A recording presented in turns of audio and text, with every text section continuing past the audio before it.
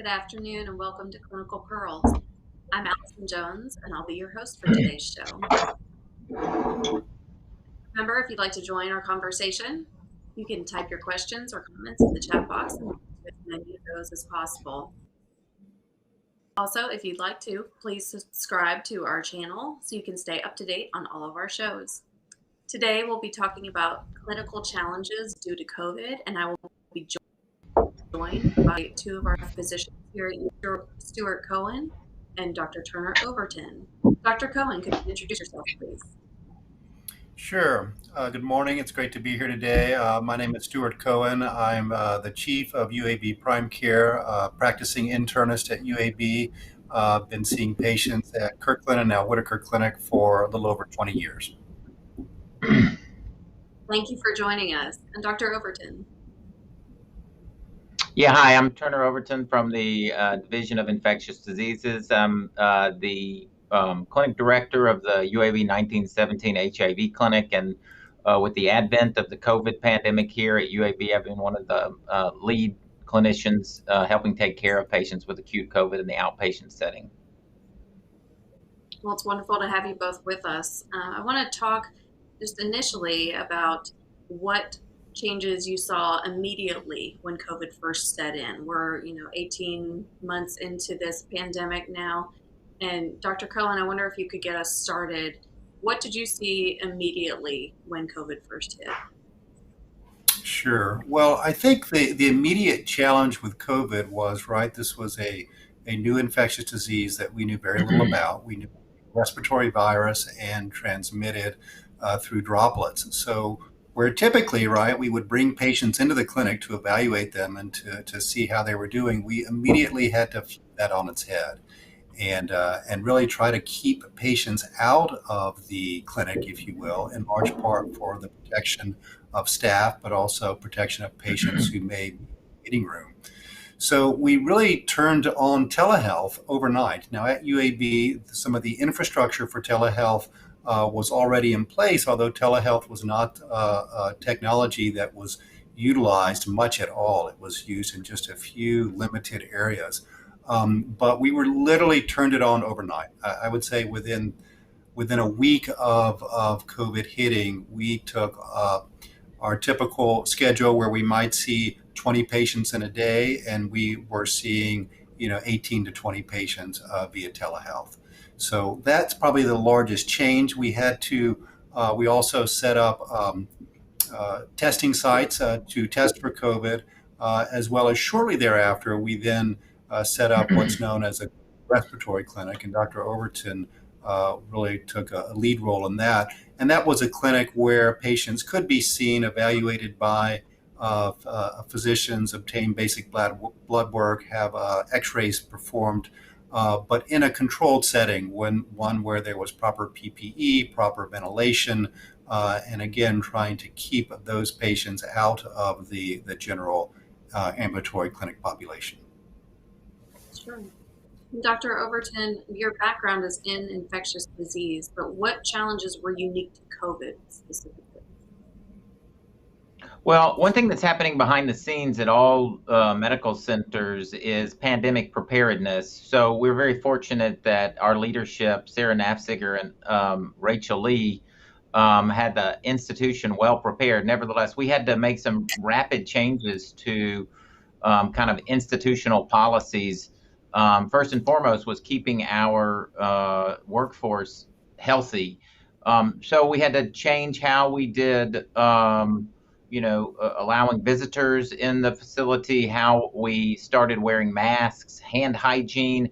As Dr. Cohen mentioned, while, this is a respiratory virus and we recognize that now, there was concerns about how it was transmitted.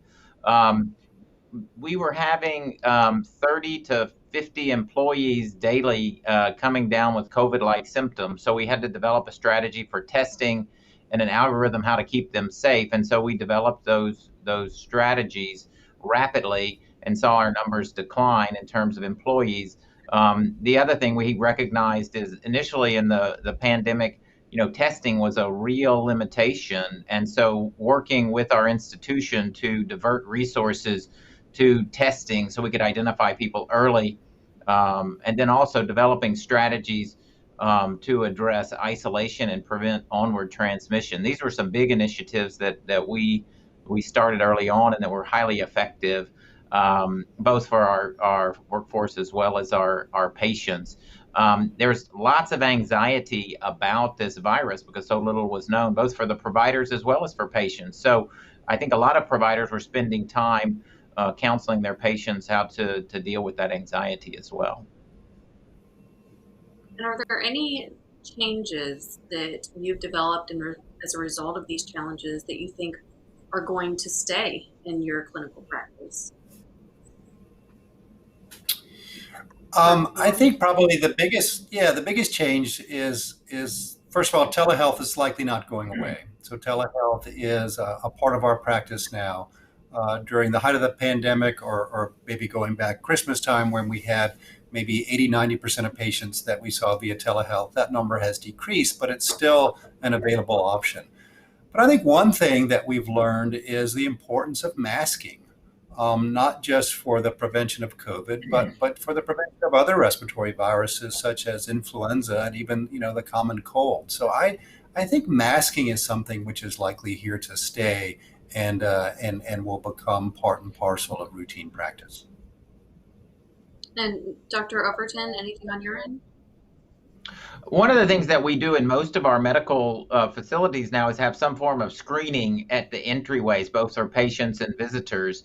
And I think those are very important, both to raise awareness about potential COVID symptoms, but also to keep our staff and employees safe. So I think we can expect to continue to have some form of screening for these types of symptoms moving forward as well. Yeah, I think that would be a logical progression. You mentioned that patients are a little more anxious about this disease than other diseases, and I wonder, do you think that has impacted their willingness to seek care or their hesitancy with seeking care, Dr. Overton?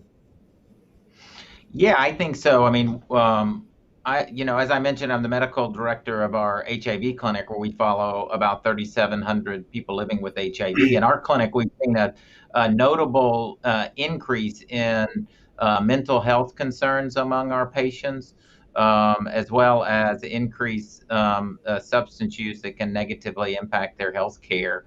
And then on top of that, we have patients who are sometimes unwilling to come to their visits because of their fear. We've seen a marked increase in the use of our psychology and counseling services through our social work staff here. So I think that's sort of a hidden burden of this pandemic, is the effect on people's mental health and wellness. Yeah, I would agree with you. I would make a comment about testing. We are now 18 months, 2 years into the pandemic, and there's a certain fatigue that takes place, right? That everyone sort of wants this to be over, but unfortunately it's not over. So when it comes to testing and how COVID presents, right, it presents as an upper respiratory tract infection. That can be as mild as people just having a runny nose, a little nasal congestion, a little headache, which for oftentimes people think they just have a little sinus infection or allergies. And we know now, even those who have been vaccinated, that can be sort of mild COVID symptoms. So we're really doing our best to recommend that all patients who have these symptoms get tested. And there certainly has been more of a reluctance today to get tested than maybe early on, when I think the fear was so great, or the fear was greater, and what we understood the disease less. So I think it's important, just as a word of caution, that these symptoms, although they may simply be allergies or a sinus type infection, COVID is a possibility. And if we're going to get control of not only early treatment, but also preventing further progression and transmission, testing is just so important. Absolutely. And the other key part of that is vaccines. And I'm curious to know, Dr. Turner, Dr. Overton, in your practice, how are you addressing concerns on the part of patients who may be hesitant to get the vaccine? Yeah, I mean, I think that's a great question. So, in our clinical practice, I think our patients are highly likely to take vaccinations because they recognize that's key for prevention. But we still have a percentage of our our patients here at the HIV clinic who are reluctant to get vaccinated or hesitant to get vaccinated, and so really try to develop a dialogue and try to find out why they don't want to get vaccinated and what their concerns are, and then try to address those concerns. I think there is misinformation out there, and so trying to understand, what people have heard and address those. So there are many different types of vaccine hesitancy. So some of which is really people are willing to get vaccinated but just haven't. Because maybe they don't perceive themselves to be at risk, and they think it's already gone through our community, and so raising that awareness. Some people are anxious about the consequences of vaccine. Is it going to impact their ability to work, or are they going to have time off? And then there are people that are less likely to truly get vaccinated. They're distrustful of the healthcare system, and they don't feel like it's been equitable for them. And then finally, there's a group of people who are very skeptical. And while they may be very hard to reach, it's still important to develop a dialogue with them. Just about everybody in the state of Alabama has been affected by COVID. We all know someone who has gotten sick. And so really talking to them about their personal experience, and then talk about vaccine as a true prevention measure, can offset some of those concerns and encourage people to get vaccinated. It's not a time to make someone fearful or shameful or afraid. Rather, it's a time to raise awareness and try to understand their concerns. So that's really what I try to do in my experience with patients. And Dr. Cohen, in your clinic, how are you handling the hesitancy? I would echo actually everything that Turner just said. I think he is spot on. In my practice, it's a little more of an older population, and we've seen a much greater uptake of vaccines in general for those over 65. Where we are seeing more hesitancy is really more the younger population. I think many feel that they are otherwise healthy and just are less concerned that if they were to get COVID, that they're going to get very ill. And although that's a true statement, it doesn't mean that they can't. So again, I think you listen and try to understand their concerns, what their fears may be, or what their rationale may be. I don't engage necessarily in a long debate about why they're not getting it. I really try to focus on my understanding and the medical medicine's understanding of the effectiveness of vaccines, the fact that they are safe, and really highlight that, and don't and sort of at the end of the day understand that patients make their own decisions. And I have been optimistic that many patients that I have seen now on follow-up over the last several months since vaccines have been available, there have been many who were quite reluctant initially, who over time have really changed their thinking. And I think part of it is just an acceptance and understanding that it is safe. More people are getting vaccinated. They're not having really bad side effects at all from the vaccine. So for many, it's a matter of time. And I'm just optimistic that many more people I'm seeing coming over to realizing the benefits of vaccine. I certainly hope that continues. Part of our role as a care provider is to interact with not just the patient, but the family member as well.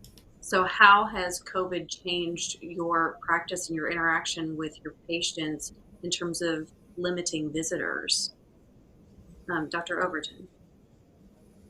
Well, it's been really bad for us, I'll tell you. In our clinic, per se, many times our patients will have a family member or significant other come to their visit, and we have not allowed those visitors unless someone is cognitively or physically impaired and requires assistance. So that has been challenging and a frustration for patients. Often they have people who are engaged in their health and help them, with medication adherence or other aspects of care, or they, also help them deal with the anxiety or stress they have related to a medical visit. So I think it's really been a frustration for us, but at the same time, these are policies that we needed to enact. I think what is more concerning is for those patients who are hospitalized, because there not only are visitors not allowed to come, they have less interactions with the medical staff, and so they can become really isolated and have negative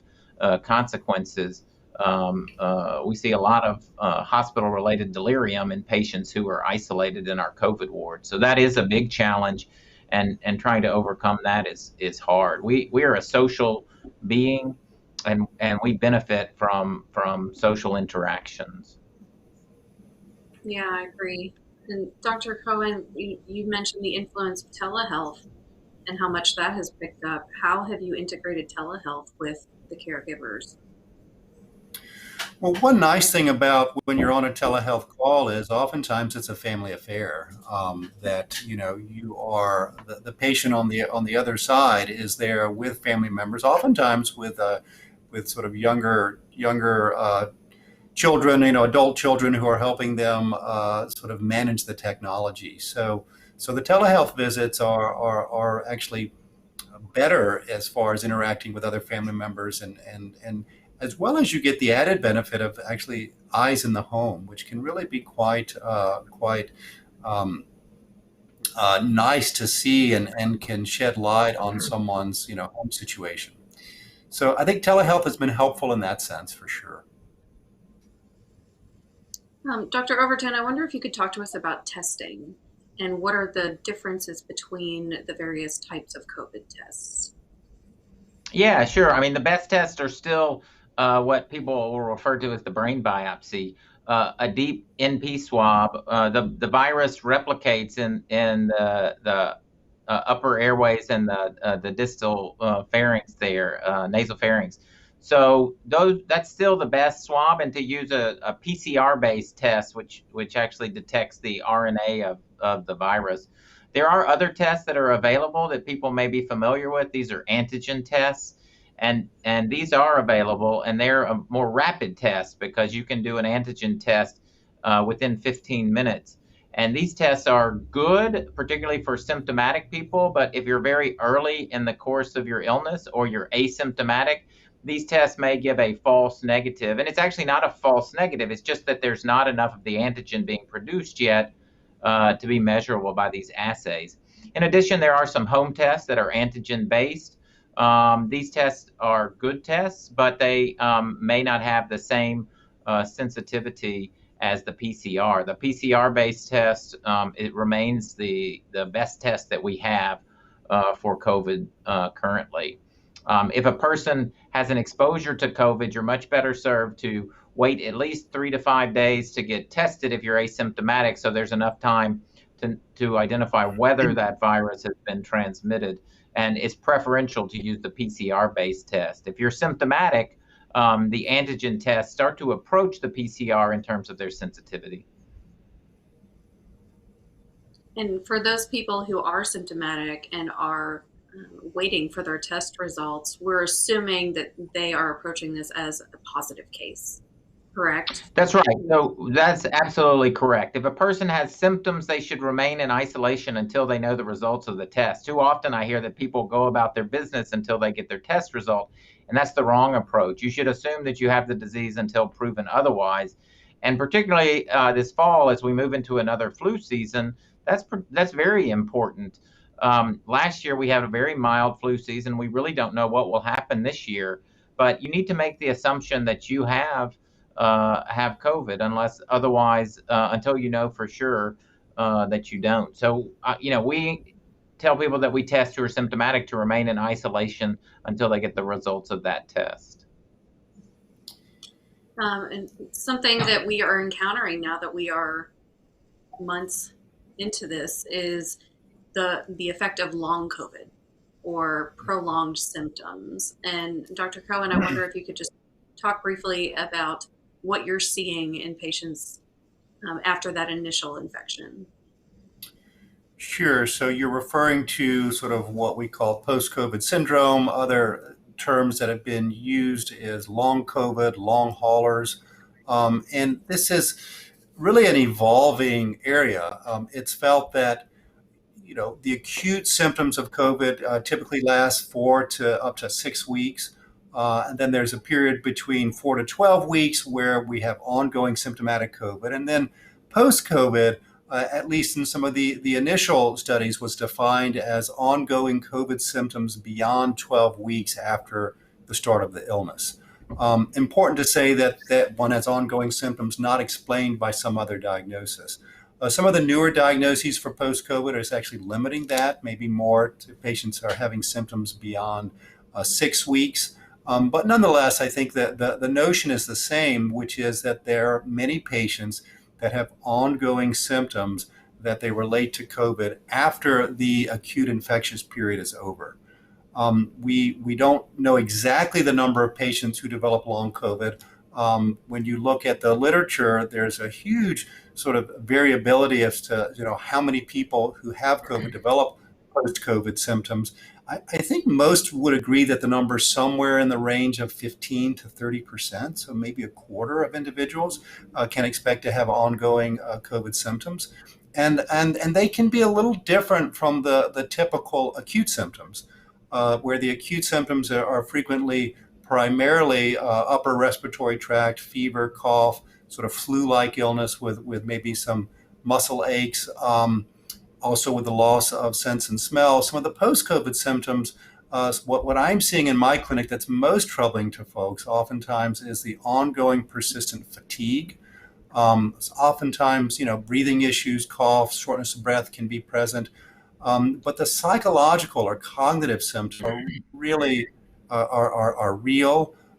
They are very distressful for folks, right? So issues with ongoing anxiety, potentially depression, what we sort of call sort of a post-COVID fog, difficulty concentrating. I think these are symptoms that I'm seeing a lot of, and are just really difficult for folks. And I think it's important, just as the medical community, right, that we recognize this as a real syndrome, and do our best to do an appropriate workup when needed, but also being there to help be there for patients let patients know that this is a real issue, and then work with them to try to educate them on the fact that most post-COVID symptoms do improve with time. And I think that's a very positive message. It can be difficult for patients as they're going through it, because there is no single test we can do to say that this is a post-COVID. There's no single treatment that we have that's going to eradicate the symptoms. A lot of it is really watchful waiting, managing whatever the symptoms that the patients have the best we can, but understanding that most will improve with time. And to that point, UAB has developed a post-COVID clinic. Is that correct, Dr. That is Overton? true. Yes, ma'am. Could That's you tell right, us about? Allison. We have. So we started this ambulatory clinic to see people safely with COVID, like Dr. Cohen mentioned. What we started seeing were people 4-6 weeks and beyond out who were having persistent symptoms, just like Stuart outlined. And they no longer had COVID. They were considered COVID convalesced. They're no longer infectious, but they were having ongoing symptoms. I think what is most concerning about these, I will go back and say, first, the good news is for most of these patients, the symptoms do improve with time. And so that is really good. But there is still a not insignificant number. There are 800,000 people in Alabama who have been diagnosed with COVID. If even only 10% of them have persistent symptoms or long COVID, that's still 80,000 Alabamians. That's a lot of people with these symptoms. And I think what's most disturbing is that some of the symptoms are actually made worse with physical or mental exertion. And so that can just be extremely challenging in terms of how to address them. So we did develop a program where we can refer people to subspecialists when indicated. And as Stuart mentioned, I think the first thing is to recognize that many of these can be handled by the primary care physician. But when people are having persistent respiratory issues or chest pain, then perhaps a referral to pulmonary. If they're having conditions that may be related to palpitations or feelings of lightheadedness, dizziness, it may be time to get an evaluation by cardiology. People with persistent headaches or brain fog may need neurology or neuropsychiatric testing. And so we've set up a way to refer patients to these subspecialists when indicated. And while I would say those three, neurology, pulmonary, and cardiology, are the most common, we do see people with dermatologic changes that persist, that have ENT changes, not just the loss of sense of smell and taste, but some people have hearing loss as well, or difficulty with phonation that may benefit from ENT evaluations. We have people with chronic GI symptoms, and so being seen by GI or hepatology may help. So, I think for the right patients, we need to have the right pathway. There have been previous post-infectious disease entities, say post-Lyme disease, or maybe the biggest example, or mononucleosis, where people do have persistent symptoms, and we haven't had a pathway to get these people treated. So we're trying to develop strategies, and though we don't have, like Stuart said, one way to diagnose people or a single magic bullet to treat these, I think recognizing that these are true post-COVID related symptoms is the first step to helping people get better. So in general, what would you say you have learned, or what has been the most notable to you of your experience in serving as a clinician during this pandemic? Dr. Cohen? I think one is that, right, this is an evolving disease. We are learning day to day what is effective in sort of treatment. Our vaccine development, as fast as we were able to develop a vaccine, is remarkable.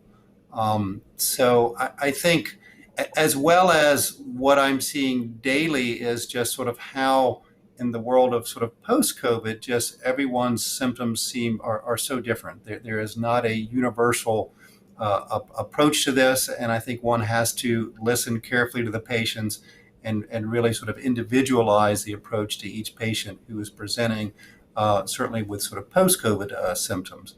So kind of wowed, to be honest with you, at just the how quickly we have learned to understand this disease, development of vaccines, and then our treatment options for COVID itself, although limited, are certainly evolving rapidly.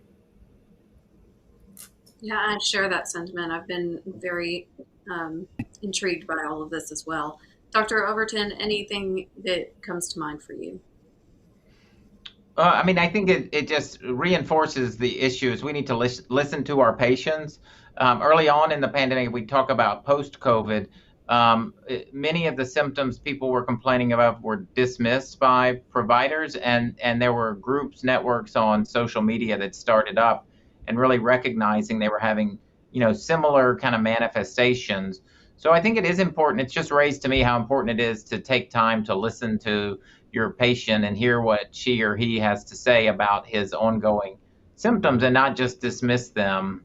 So, I know that's been my experience with my doctor, is that he takes time and sits down and listens to me in my visit. I certainly hope that my patients have the same experience when they come to see me. And we've talked about the treatment program at UAB. Any other resources that you would want to share with our audience if they're wanting to learn more about either post-COVID or some clinical challenges? Well, we did do a series of lectures this summer that were geared lunch and learns for patients about post-COVID, and those are available. We can give you the link. Just really so all of our subspecialists who are seeing patients kind of gave a patient-centered talk about that. I would really encourage people to take a listen to those if they're interested in learning more about post-COVID. then there are many resources on the internet that you can use, some of which are better than others. And I think you've put together a nice list that you can share with people at the end. Stuart? Yeah, I would just say I still find the CDC. The CDC website is a wonderful website, and there are many aspects of that website that are focused towards patients themselves that can be really helpful. There are several support groups, some of which I think you're going to be putting up online and that are referenced to, that can be wonderful resources that patients who who are undergoing not only acute COVID but post-COVID can go to and find really good information, but also a supportive group of individuals who are going through and experiencing similar issues. Another website that I found helpful comes out of England. It's the National Institute for Health Research, and it's part of their national health system. And there are some really just well done pages in which they discuss post-COVID or long COVID in a way that I think is very relatable to patients and can be quite helpful. And I think that resource is also listed. All great suggestions. Thank you. And we are coming to the end of our time. I wonder if you can each leave us with one of your big takeaways. Dr. Cohen, we can start with you. Sure. I think that we are fast approaching a new phase with COVID. I think early on there was maybe the hope that we could eradicate COVID and it would go away. I think that's not going to be the case. So COVID will likely end up being an endemic infection such as influenza. So I think it's not a matter of sort of when you are exposed to COVID. I think at some point everyone will be exposed to COVID. So I can't preach enough the importance of vaccination. I think if you're exposed to COVID and you're vaccinated, the likelihood of one getting significantly ill is very low. So I would leave everyone just with the notion that we need to get vaccinated. I think we are still in a situation where masking and basic social distancing are just tried and true public health measures that we need to continue with, despite the fatigue and the fact that most of us would love to move on. I just think we need to bear down now and keep doing the things that we know are effective in preventing the transmission. Agreed. And Dr. Overton, your takeaway. Well, I would just, my encouragement to everyone is to go out there and get vaccinated. That's our best way to get back to normal. And, we will need to have strategies in place, mitigation, when we have, surges in the future or during, if there becomes a COVID season.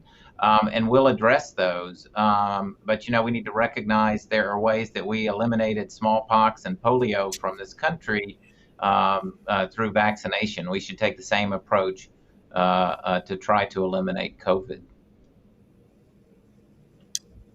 Well, I once again want to thank you both for your time today and sharing your expertise and your experience with us. And thank you to our audience for joining us on Clinical Pearls. Please remember to subscribe to our network, and we will see you next time. Great. Thank you. Thanks, everybody.